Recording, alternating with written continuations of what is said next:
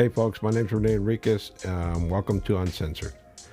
You know, we're going to continue with the Past the Wire series, but I think a little preamble is necessary here because this is not a wiretap call. This is a consensual call between two individuals, one of whom I know personally, but it's along the same theme. And I found it very interesting because they discuss a topic that was perfected by the Mexican Mafia a couple of years ago. But their idea is to take it a step further into organizing and becoming a political wing or a political action committee. And it's just a fascinating conversation between one individual I knew and another one who's very famous. The call is between Tupac Shakur and Monster Cody.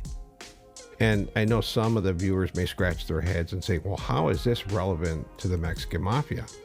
How is this even a thing that Rene can comment on? But a lot of people don't know that Monster Cody was my next door neighbor at Pelican Bay, D6. It's this individual, Monster Cody, that actually inspired the book, The Black Hand.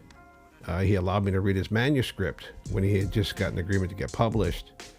And he sparked the idea. I'd always had it in me to want to write a book, but he brought it to fruition, really. It's his encouragement, his words of advice, his sharing his manuscript with me, showed me how it was done.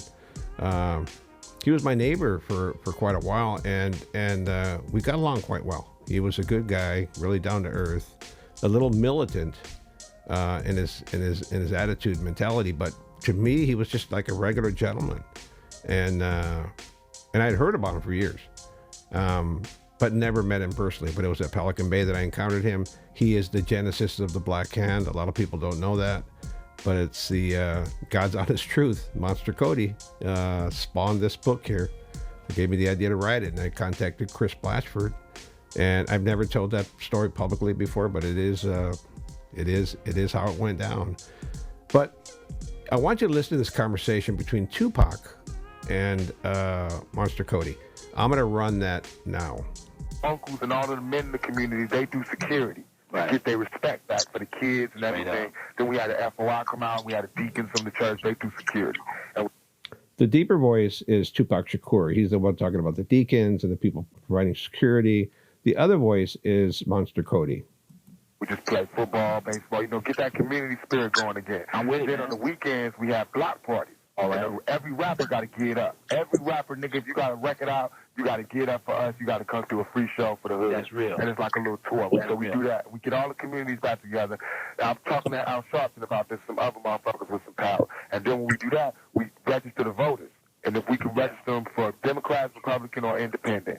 Yeah. Once we register the voters, we have power. Then we start going up to the mayors of these cities and telling them, look, we got this many voters in this city. We want you to do this. We want a community center. We start hitting up Nike for the free clothes, the community stores for the... See, I thought this idea was excellent because the Mexican Mafia just wanted to infiltrate street gangs and create conduits to Mexican Mafia members that were in prison to provide resources. But Widow Shy in one of the past meetings mentioned collaborating with media and community members and getting individuals within the community who had jobs to represent them while the Mexican Mafia would be behind the scenes. Here, Tupac Shakur and Monster Cody are talking about creating something entirely legitimate. There's nothing illicit in what they're saying.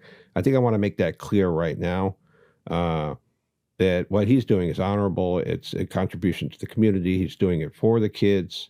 And devoting his own efforts into it. On the other hand, the Mexican Mafia took this idea to create an infrastructure in the community, utilizing some of the same concepts. And here you're going to hear them elaborate on it a bit further. Free computers for each community center. And if they don't, then shit, that's how many people we have in those cities we can regulate. You know what I mean? Yeah. If we telling the mayor, nigga, if you don't do this, then we ain't going to do this. Yeah. We telling them we can clean up the streets. I'm going to have all these tough-ass, supposed to be gangster rappers. We're going to all get in the van. We're going to travel. L.A. got to be the last place because it's going to be hardest. But we can do New Jersey, all of that. We're going to drive to all these drug areas, right? Yeah. Imagine me, Redman, Tretch, Ice Cube, them type of niggas getting out, going up to the whoever's the main drug dealer on that block. Who runs shit? If we get out of a van, be like, what's up, nigga? How y'all doing? What's up? Yo, who the nigga that runs shit? They going to take us to that nigga. We invite those niggas to dinner. invite them niggas to some Jean Perignon, steak and lobster, and be like, look, player, we asking you, not telling you, we asking you as a player to a player, can you please give us a pass to have these streets clean from 6 p.m. to 11 p.m., 6 a.m. to 11 p.m. Yeah. Let that be for the kids. Let them the niggas be safe during those times. No gunshots, no drug dealers. From 11 p.m. to 6 a.m., y'all can have the streets back. But let us get the streets from these times. Then we can... See, the aspirations are lofty. They want to stop criminal activity during that specific period. I think that would have been difficult to achieve. Maybe not, considering their star power and the influence they had within their specific communities. I know for the Mexican Mafia, it wasn't that difficult to quell some of the violence when they put an effort behind it, particularly the stopping of the drive-bys, which didn't really stop, by the way. They just evolved into something different. But there wasn't a distinct reduction in homicides when that occurred. Other homicides were happening, obviously, but there was an effect. So why would it be such a stretch of the imagination to believe that individuals of this influence, of this level of community influence, societal influence, cultural influence, could be just as successful implementing this program that they're talking about here, which is similar to the program. It's similar to the Mexican Mafia's program today, but with the distinction that it's not illicit. It's not criminal activity. This is not for an organized crime group. Here they're talking about doing it for the community. Get these politicians. I talked to Al Sharpton. He said he can get the police to like chill out on those nighttime patrols if niggas can get the streets clean from 6 to 11. Hey, but and you know what else too though? When I talk to you face to face, I'm dropping some shit on you, right? Some other stuff too, right? But yeah, that's that, man. You know, I'm with all that, right? And you know, that's my type of work. Yeah, we need power, man. I'm telling you, hey, dig it, man. You know, hey, I'm telling you, we got power, man. Yeah, we need power. Power is numbers, and it's like we rappers, you know, man. Why we don't have? We got the juice. We just ain't doing nothing with it. It's because it ain't collectivized. I tell you what.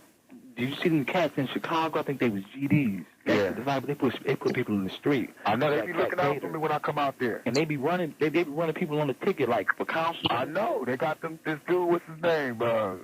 Some nigga they just had out there, but he lost. Yeah, Gator. He came close. Gator. Yeah. He came close though. Yeah. Them some good cats too, man. I went out there. They be looking out for me, but they be gang. So like the one set want me to be down with them. And yeah. The Blackstones want me to be with them. Yeah. GDs be with them. But yeah, I had a run in with them in Milwaukee because that was when that little kid died. Yummy Sandifer. Yeah, I heard you sent a shout out to him. Yeah, I had to do the show that next day after they just killed that kid. Yeah. Because you heard what happened, right? Yeah, they executed him. Right, they executed him, and I was out there when I did the show. The gang was in the fucking audience. The whole gang had like bought out the stadium. Damn. So I'm rapping to the niggas that just killed this little kid, and they all screaming out "Thug Life," and I felt bad. Like, wait a minute, they got it twisted. Yeah. How does this not parent all with the Mexican Mafia? When the Mexican Mafia hears about a kid being killed, there's outrage in the community, particularly the Hispanic gang subculture, the Hispanic gang community, and the prison gang community.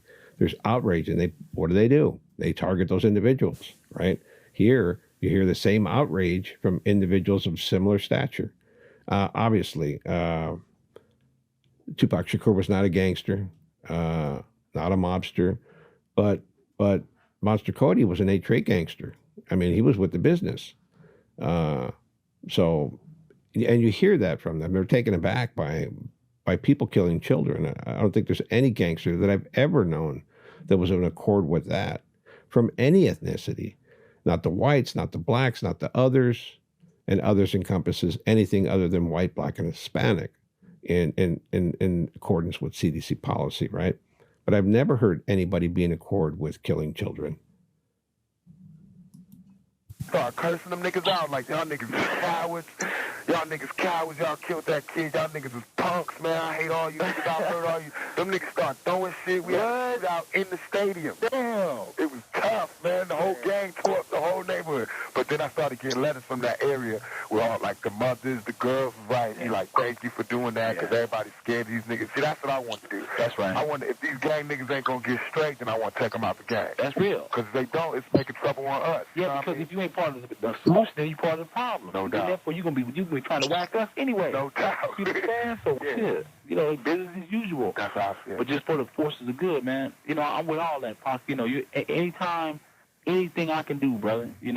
That's what I'm about, man. I've always been less of a talker, more of a doer. And that's just my style, man. Yeah, no doubt. You talk to Bone? Yeah, in fact, me and Bone, He finna do something too. yeah, Bone is doing, when they shoot the movie, Bone's doing a documentary called The Making of Monster, right? Oh, he is? Yeah, and he's also doing another documentary, man, about gangbanging. Yeah, about street organizations. Yeah. Some old footage from the Panthers and stuff. Yeah. And, the shit is fat, man. How's Mom's doing? So you hear Monster Cody talking about, who he is. He wasn't an outspoken person, right? He was calm. He was collected. He was a very respectful individual. Unfortunately, he was discovered in 2021 deceased in a homeless encampment. It was determined that he met his demise through natural causes. I mean, there was a lot of speculation that there was some wrongdoing, that he had overdosed on fentanyl. And I mean, the internet, folks. You know what social media people come up with their conspiracy theories, but he died of natural causes. But it's a really sad ending for him. And particularly Tupac as well, who was murdered in Las Vegas. We all know about that and what happened. And this is obviously not my lane. But because I knew Monster Cody and because this topic parallels so well with what the Mexican Mafia did, I thought that, it would give people a different perspective on these gentlemen, right? And what they did and what they were doing and what they were attempting to achieve. So we're going to run a little bit more audio now. Good. We just had a show in Vegas. Did she? We had a big-ass show in Vegas, me and the dog, because I'm on death row now. Yeah, hey, man, congratulations. Thanks. You happy over there? Yeah, that's all right so far. So let me tell you. Hold on 1 second. All right. See, during this conversation, Tupac Shakur is receiving multiple phone calls, so he'll be leaving frequently in this conversation. Hello? Yeah. Sorry, that was my lawyer. Yeah. Hey, what's up with the case, though? Shit, it's going crazy now. Damn, hold on 1 second, please. All right. There's another call. But the girl that did this rape shit, she hooked up with the niggas that shot me. Oh, is that right? It's all connected. It was a big plan. I just caught it like at the end, and that's why they shot me. Man, hey man, you gotta stay up, man. When you step through that way, man, you gotta be on point. I ain't going through there no more. If I do, I'm going with 100 motherfuckers. Yeah, I'll be one of them. Yeah, no doubt. No doubt. We can't be having you not here. You know what I'm saying? I know that's what killed me. But you know what? You know what it was? Here's my problem. Just like I'm feeling you, what you saying. I always, because of where my mom raised me, the way the movement is, they fucked my head up in a way. See, like you could be movement orientated, but you got the gangbang shit first in your mind. Right. My shit, the gangbang shit comes second to me. Right. And now I'm trying to make it come first because that movement shit will fuck you up. Movement. So I never knew that Tupac Shakur was a gang member. He said it right here that the gang mentality he wanted it to come first in his mentality because he was thinking about the movement first, and apparently it distracted him. But it's a really interesting conversation they're having here. You're seeing two progressive thinkers thinking on their feet, coming up with concepts to organize a community and create a political action committee or create a block of voters that they could then use to go to politicians and then utilize that as a big bat. It's a smart tactic. I mean, if you look at it from this perspective, it's smart. Shit got me loving every brother. Yeah. You know what I mean? Therefore, you let every brother get next to you, right? And every brother got a chance to whack you. I'm there for you. You know what I mean? Yeah. Niggas need money, a job, I'm with you. But niggas can come up to me with guns on. Niggas be hugging me with texts on. You know what I mean? But dig this though. You know what? The thing is, man, we got to be individuals too inside the movement and whatever we're involved in, right? Mm-hmm. We got to be able to differentiate between cats that are firm and cats that ain't firm. And sometimes it takes some time of a test, right? Mm-hmm. But when we talking about, for instance, me, man, I am who I am. I survived through what I survived through by being intelligent, by not allowing cats to outsmart me, put me in precarious positions where I can get whacked, right? Mm-hmm. So I choose my friends very, very carefully. And I understand there's layers and layers of friends, you see? Mm-hmm. There's some I hold close to the body, man, like a vest, and there's others I hold at arm's distance, and some I just look at, and some I don't even fuck with, right? But the circle is small, but the ones that are in there, I believe are trustworthy, right? Mm-hmm. For instance, you and I have been primarily through the same shit, man, in our lives. Oh, God. You know what I'm saying? And we're like 10 years apart almost. Mm-hmm. So it's like you and I share almost common destiny. Mm-hmm. What you grew up in is what I came around to.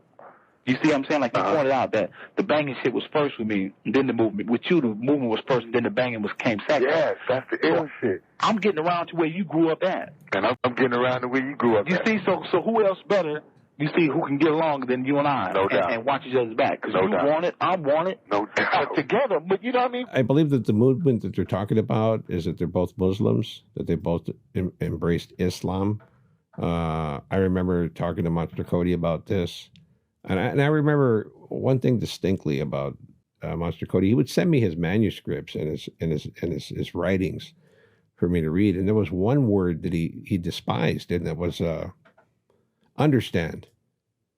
Understand. He thought that it was diminutive, that he overstood everything. And he had this whole dialogue that he explained about the word understand, that it put them beneath, that it was kind of subjugated the individual into the word, right? And I thought at the time that he was radical. I said, this guy's pretty radical.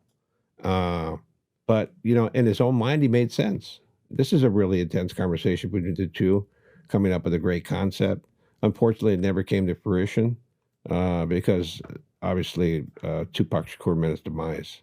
Man, you got the courage of a gunfighter. When I read that shit, what happened when Dream Hampton wrote that piece down there with the pigs, right? Yeah. I was like, it's my boy, man. No doubt. You know what I'm saying? See, that's another problem. I'm helping another nigga. Nigga, I don't even know. Yeah. Nigga in the middle of the street getting beat up. I'm helping him. He run off and don't even help me. Yeah.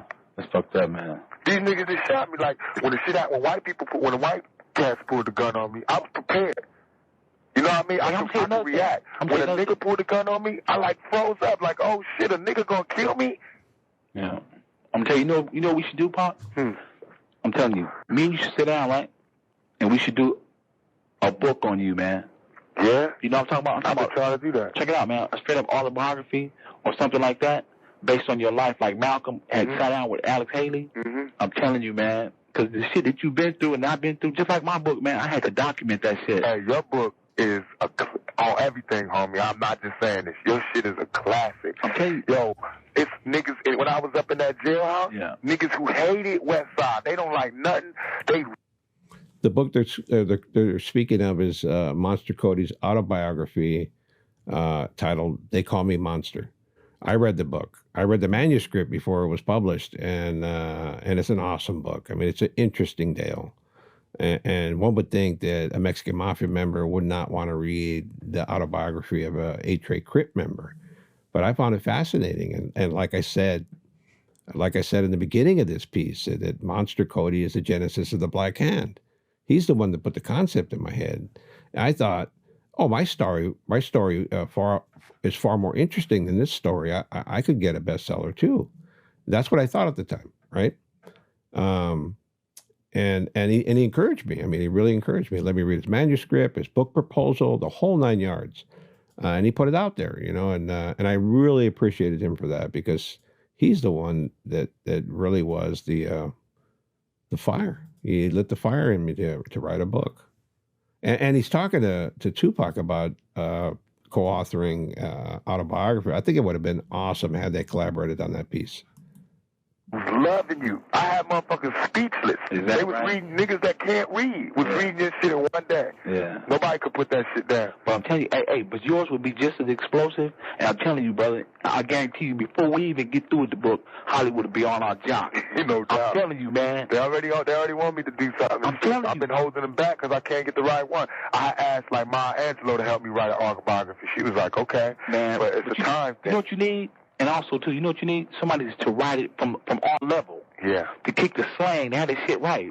Maya Angelou might put some perfect English in that motherfucker. And it ain't gonna come out right. You know, you and I, we're gonna kick the language we kick. That shit gotta be like your shit. I'm telling you. Hey, but you know what you gotta put me into? What? Overstand. I'm telling you. Put me into overstand, okay, man. dig it. This is the thing. All right. Lil Monster tried to do it one time, but I ain't catch it. Okay, dig it. The word understand, it's a play on one's person, right? For instance, to understand, to stand under, to be below, to be. There he goes with that militant word. I'm telling you, he told me this at the Bay, and I thought it was hilarious at the time. I said, "This guy's making up his own English," and And this is really his belief. I mean, he had a really militant attitude. That was his belief. That's who he was. And here he is breaking it down to Tupac. The same word that he told me at the Bay. He told me about it. He actually sent me a paper on this stuff. Demeaned. And so when you're under anything, it's hard for you to get a whole view of what's going on above ground. So when you're under, you have a disadvantage. So, or especially when you're standing under someone or under anything, you can't comprehend it, you can't feel it, you can't vibe with it. So I created the word overstand, to get up over that shit, to get a vantage point where you're looking down on some shit. You see what I'm saying? Yeah. Like a helicopter got a vantage point over us when we have to get in the street and break. Right. They can see us better than the pig call at our level. So I like that. With that said, folks, that's the piece today. I really want to extend condolences to the Tupac Shakur family and Monster Cody's family. I knew Monster personally. Again, great guy. I love some of Tupac's music. Believe it or not, I did. My son used to love his music. And I just thought it was a different perspective. But the same parallel as the Mexican Mafia. They were going to infiltrate the gangs through their association with gangs, and being gang members themselves are going to utilize that street cred or credibility. I hate that word, street cred. Nobody uses that in the joint. Gangsters don't use that word. I don't consider myself a gangster, but they don't. But they're going to use their credibility that they had established through the gang ties and all that they had done, and then use their power. Like Monster Cody was a best-selling author of an autobiography. And Tupac Shakur had, multiple awards. He was a well-known figure in the subculture. They were going to utilize that same recognition, power, and allure to forge something beneficial for the community. Whereas the Mexican Mafia was going to use that same allure, credibility, and palabra, if you will, to forge something nefarious. Here's two opposing factors, different ends of the polar spectrum. One for good, one for evil. With that said, folks, I hope you like this piece on Tupac Shakur and Monster Cody. I know that it was a surprise for anybody to hear that he was the genesis of this book. As always, like, subscribe, share with a friend. Peace out, folks.